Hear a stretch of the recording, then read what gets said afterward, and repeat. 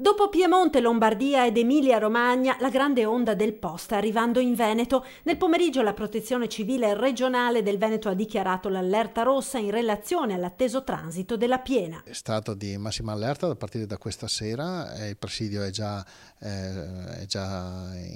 in essere da alcune ore e prevediamo la piena fra domani e dopodomani. Non dovrebbe dare problemi, però il condizionale è d'obbligo perché potrebbero innescarsi fenomeni tipo fontanazzi o cose di questo tipo, quindi l'allerta rimane massima nelle prossime ore. Un'onda lunga, quella della piena di questi giorni. L'allerta rossa è stata infatti confermata per il tratto veneto del fiume fino alle 14 di sabato. Con il passaggio della piena potranno essere interessate le strutture e le attività poste nelle aree golenali aperte, mentre non si prevede l'interessamento delle aree golenali chiuse. Nei comuni del Delta l'attenzione è massima. Accesso vietato nelle golene, comprese le piste ciclabili, transito vietato anche sui ponti di barche nei vari rami del Po, che dovranno essere aperti per favorire il deflusso delle acque e del materiale trasportato dal fiume.